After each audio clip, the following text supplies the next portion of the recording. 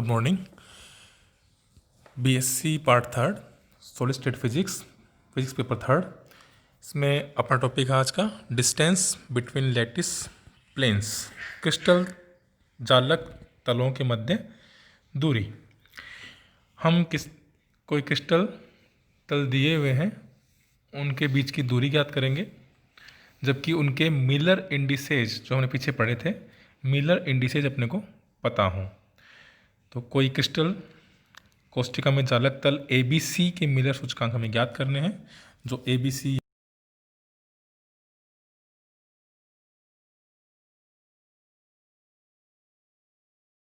BC, ठीक है। इसके मिलर इंडिसेज मान लिए HKL हैं। जालक बिंदु O, ये वाला, इस बिंदु O से 3 लंब कोणीय अक्ष OX, OY, OZ, ये है OX, ये है OY और ये है OZ। ये 3 अक्ष दे रखी हैं। इन अक्षों पे अंतःखंड में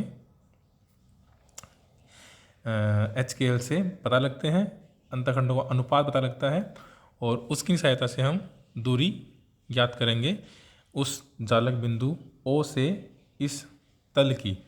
और जालक बिंदु O से हमने एक लंब डाला इस तल पे, जो कि N पे मिलता है, तो ये दूरी ON हमें ज्ञात करनी है। ये वाली दूरी डिस्टेंस ON हमें ज्ञात करनी है, O to N। ओके, इसी को एक्सपेंड किया हुआ है, यहाँ पे दिखा रखा है, ये ON, ठीक है।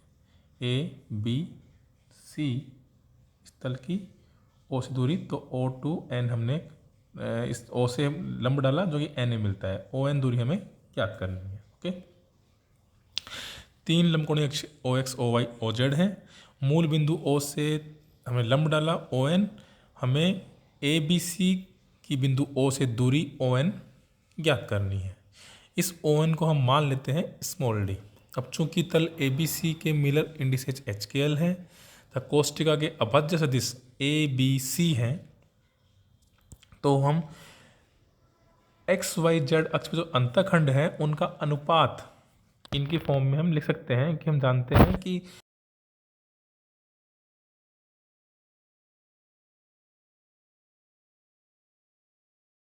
PQR उनके इनवर्स से हमने HKL निकाले थे, इसलिए PQR का जो अनुपात है वो HKL के इनवर्स का अनुपात के बराबर होगा। इसलिए A/H अनुपात B/K अनुपात C/L, ये अनुपात जो है, ये इनके अंतःखंडों का अनुपात होगा।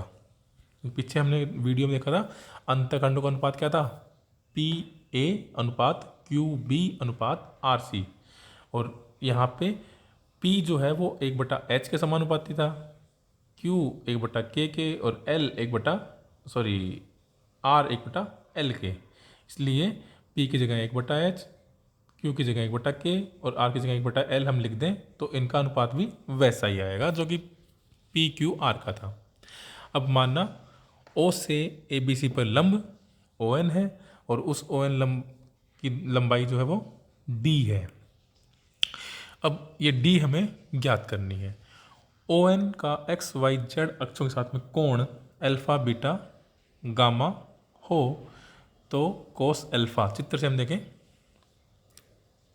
ये कोण कौन से बताए हमने, ON से, ये ON से कोण अल्फा X अक्ष का, बीटा Y अक्ष का, और गामा Z अक्ष का है। तो कोस अल्फा होता है आधार बटा कर्ण। तो इनमें आधार, हम पहले अल्फा वाली बात करें, तो इसमें आधार कौन सा होगा, कोण है ये वाला। कोण हमेशा बनता है आधार और कर्ण में, ठीक है, आधार और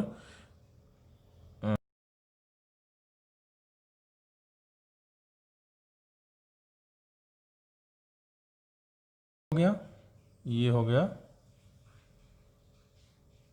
वन सेकेंड, ओ आधार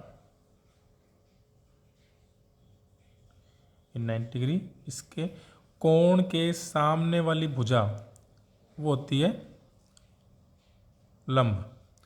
तो यहाँ पे आधार तो हो गया है ओ एन और कर्ण हो गया है ओ ए। तो ओ एन बटा ओ ए ये हो गया कोस एल्फा। आधार ओ एन और ये क्या नाम कर्ण ओ ए। ठीक है, इसी तरह हम बात करें बीटा कोण के लिए, तो बीटा कोण में जो है ओ एन तो हो गया आधार और कर्ण हो गया ओ बी। ऐसे ही गामा कोण के लिए ओ एन आधार और ओ सी कर्ण। तो आधार बटा कर्ण से हम कोस एल्फा बीटा गामा याद करें।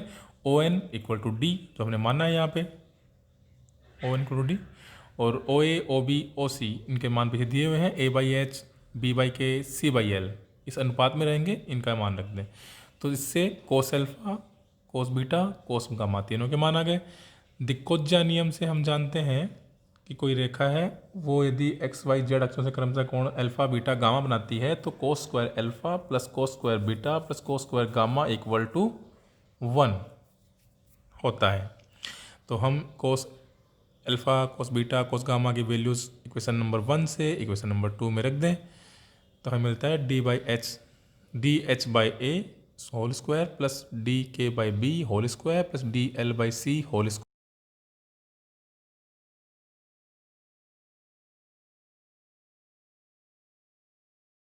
Equal to 1 by bracket h square by a square plus k square by b square plus l square by d square, या d equal to 1 by under root h square by a square plus k square by b square plus l square by c square. Question number 3 ये हमें मिल गया D यानी O N यानी ओ से चालक तल की दूरी। अब ये सूत्र घनीय द्विसमलंबाक्ष विषमलंबाक्ष के लिए वैध है, और इसमें हम द्विसमलंबाक्ष या घनीय का केस लगाएं तो किस तरह से चेंज होता है। द्विसमलंबाक्ष का मतलब है ए और बी दो भुजाएं दो जालक तल बराबर जालक नियतांक बराबर होंगे, तीसरा बराबर नहीं होगा, तो उस टाइम पे d equal to h square by a square plus k square by a square plus l square by c square. तो ए कॉमन है इसलिए h square plus k square by a square plus l square by c square power minus half. और अगर घनीय की बात करें तीनों ही बराबर होंगे जालक तल जालक नियतांक a equal to b equal to c, तो तीनों बराबर कर दें a then h square plus k square plus l square by a square, या d equal to a by under root h square plus k square plus l square. तो इस तरह हम ज्ञात कर सकते हैं जालक तलों के मध्य दूरी। Thank you.